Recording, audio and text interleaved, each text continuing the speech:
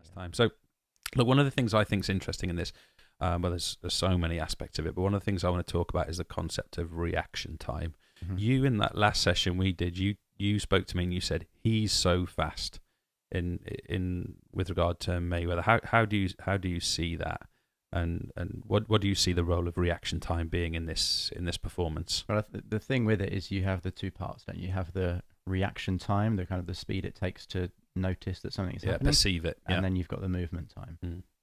I think he was just good at both. Yeah. So you can't deny the bloke's fast. So I don't know. Is he just super? Is he just physically super fast, and maybe his reaction time is average? I don't know, he's probably just fast at both. And I guess both of those could slow with age. Yeah.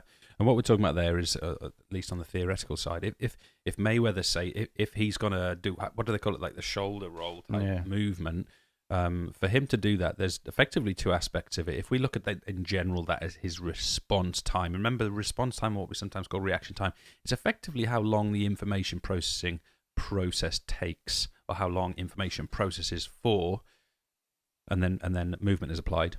But what we're saying is there's two parts to this. There's the perceptual noticing the stimuli and deciding upon the stimulus what you're going to do in reaction, maybe not consciously but subconsciously, and then there's actually producing that dodge or whatever it happens to be. I can't move up like him, but you almost looked like him. I thought he was in the room just then. Is that Floyd Mayweather? Well, he and I have often been mistaken as almost cousins. Him and I. There are a few differences. His athletic ability is definitely the top one because there is a distinction there. The other thing I wanted to say about reaction time is that one of the things that I've come to understand about reaction time is that when you get to sort of deeper level studying of it, it's a very, very, very specific concept.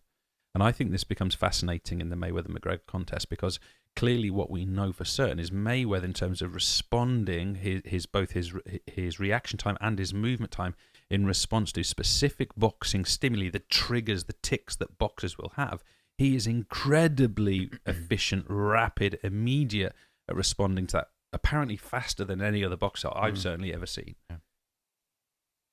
But is he going to be presented with those same stimuli, and therefore his specific reactions, are they going to be functional in this contest? And I think that is at least, even if it's a tiny grey area, I think there's a grey area of doubt there that McGregor might have an opportunity based on that concept. Yeah, so what we're saying is the stimulus that he's going to be used to is not going to be necessarily the stimulus that McGregor's going to present. Exactly right. So it may affect his reaction time or his response time. Yeah. And we see that in what you might call earlier stage learners. Now, there's no suggestion, if we look at stages of learning, there's no suggestion that in boxing, Mayweather is neither an associative nor a cognitive stage learner in that field. There's no chance about that. There's no doubt that he's definitely an autonomous phase learner. But if he's presented with a stimulus which he has never been exposed to before, temporarily, even if it's in the first few rounds, his responses to those may be slower. Maybe not so slow as it's going to go back to a novice learner, but his responses are going to be slower while he downloads and understands that information. So a good example of that is the fighting distance that I think McGregor's going to pose to Mayweather. Again, you and your karate might know more about this. I think McGregor's going to start much further out, and his attacks are going to come from much further out as he moves in. Yeah. And I think that's going to be very different to, say, Mayweather fighting Maidana, who was right on top of him, almost bear-like, trying to sort of bear him to the ground. So I think there's a difference there.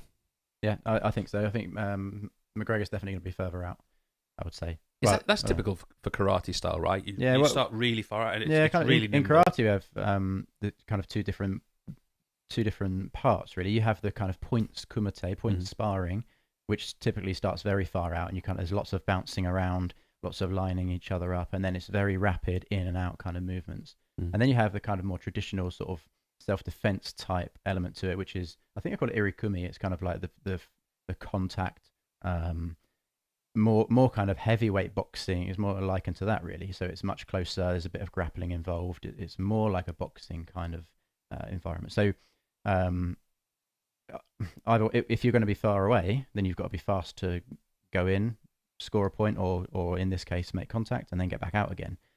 I don't know who's going to be better at that. McGregor, I guess, is probably going to be more used to that, I would say. the demonstrations I've seen from a karate perspective, if you take the karate stance, is also that quite often you'll stay out, you'll go in very quickly, you'll strike and almost go past the opponent. Is that a typical?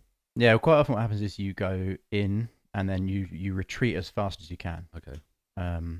Depending on what attack it is you're doing, then you might go past. Mm-hmm. But as typically, if your momentum just carries you that way, Mm-hmm. generally you try and go in and out as fast as possible. Okay. Unless you go in to a takedown, then you're obviously going to stay close. But yeah, so I guess I would say McGregor's probably more used to that kind of in and out sort of movement. There's also that idea of control of the center. Yeah. You know, who's going to be moving around the edge, using lots of energy. I always think about that in a squash context. Yeah, it's a similar sort You've of got to be on thing. the tee. Like right. if you're on the tee, you're in sort of Well, pinnacle you position. move less.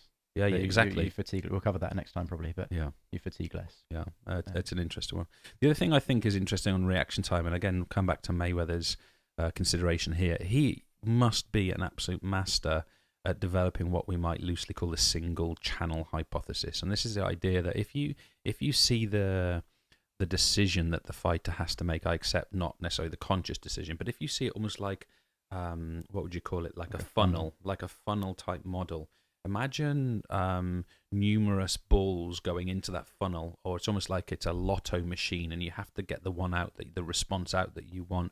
And it seems to me like Mayweather is magnificent at spotting that specific bit of information out of all that clutter, which is important, and filtering it down through the funnel. So that's the one he responds to. And we call that sort of single channel hypothesis. He's got us, that's actually multi-channel, multiple possible decisions, but he's trying to isolate through brilliant selective attention the specific cue which is relevant to him. So he must be magnificent at blocking out what's around him, paying no attention to what his opponent is saying, or where the referee is, but he's filtering only relevant information. And one of the things I've found out about Mayweather that's interesting is he doesn't block out everything you'd expect. So, for example, he's very, very aware of what part of the round they're in. He knows exactly what's on the clock, for example. So he's aware of the specific stimuli from the opponent that's most relevant, filtering that, funneling that through. But he's effectively ignoring everything else, but still in his peripheral attention, keeping in regard what position's the referee in, how long's on the clock, whatever it happens to be. And that is some incredible skill. Maybe he is just using the information that is always using the information that he always needs to know. So if tactically he needs to know which part of the round they're in, maybe that's why he's developed that ability in terms of his physicality to get through the rounds, or to when he's going to attack more, or when if he all of a sudden needs to use lots of energy, but he knows he's got a whole minute left of the round. Maybe he doesn't do that. And I think that's one of his great strengths. He starts rounds effectively and he ends rounds effectively. Often in the middle of rounds, he's kind of quite passive and he avoids being hit and what have you. And I think that's an area McGregor's going to have to really focus on. He's going to need to start and finish rounds particularly well. Because from what I can see of Mayweather, that's one of the things he does particularly well. And presumably he's able to do that. Thinking about now moving into this information processing area, he's clearly very aware of what's going on around him. The other thing, just while we're on reaction time as well, I want to talk about the importance of the feint, the fake, the sort of like throwing a dummy type concept.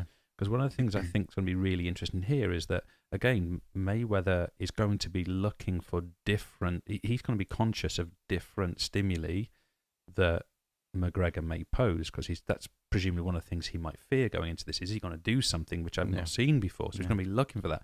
So for me, that makes it very interesting, because if McGregor can pose something that looks different and then strike in a more conventional straight or hook or uppercut type sense, it might be one of the ways that gives him an opportunity in this contest. I'm presuming we know that McGregor has fought boxers. Paulie Malignaggi, and presumably others. Or the part we've seen went well. And presumably Mayweather's done the same. He's got people to come in and mimic apparently McGregor. No? Apparently he hasn't had any MMA fighters or any martial artists in there. Well, that's simply from one video I've seen, to be fair. I mean, it might not be reliable. If we think about that feinting or faking movement, though, the theory suggests this works on a very specific principle. So let's say, for example, I don't know, let's say McGregor keeps his distance and he moves in as if he's going to strike to the body, straight sort of twist punch to the body. That the theory suggests that Mayweather. I don't know why I'm always looking at it with McGregor hitting Mayweather. Could obviously be the other way around as well, but the theory suggests that stimulus that McGregor presents, Mayweather, if he brings it into his kind of perceptual range, that ball coming through that funnel, if he's going to respond to it, his response has to be complete before he can start a response to a second stimulus.